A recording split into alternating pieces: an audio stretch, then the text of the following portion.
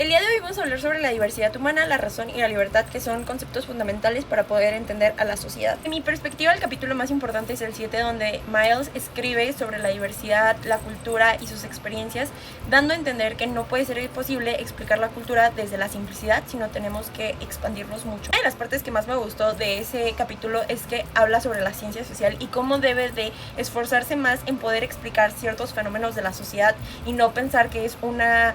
simplicidad o abstracción. El siguiente capítulo, que desde mi perspectiva es muy importante, es el 9, y esta parte me gusta porque conecta el capítulo anterior con la libertad y la racionalidad y cómo eso se enlaza con la burguesía y hace que el sistema sea como demasiado burocrático, explicando que el hecho de que la sociedad sea burocrática limita la libertad y la razón del humano para actuar de acuerdo a los principios, y habla que estos valores son de la Ilustración y deben de ser otra vez planteados en la actualidad. Desde mi perspectiva, el argumento central es la crítica de la racionalidad y la burocracia que existe en la sociedad, dando a entender que debe de replantearse la libertad y los valores de la Ilustración para poder generar otra vez un intento de individualidad y autonomía en el ser humano, a pesar de que explica que la razón no 100% puede darte la libertad. En esto también hace un análisis súper profundo sobre los conceptos de libertad y razón para entender que no tiene que ver y tenemos que replantear también el concepto de biografía e historia en la vida cotidiana de los humanos en estas sociedades,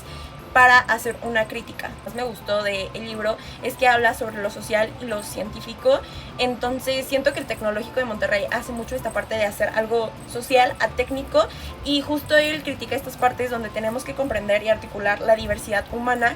sin que sea simple y que no haya abstracciones técnicas, que es la parte más complicada de poder entender. Pero la parte social también tiene que tener estructuras y debe de tener preguntas claves para poder entenderla y poder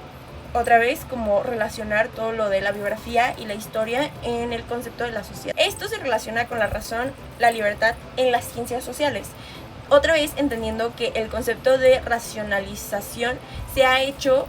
para controlar a las masas, y esto genera una amenaza en la autonomía individual de cada humano en una sociedad tan compleja. Explica que la burocracia ha limitado todas las actividades humanas, haciendo que se genere una crisis estructural en el sistema social, del cual ya ni siquiera nos damos cuenta, y tenemos que promover la libertad y los pensamientos críticos en cada persona. Las conclusiones y las partes más importantes del libro creo que son entender la complejidad entre las estructuras y las biografías que existen, que tenemos que transformar a la sociedad actual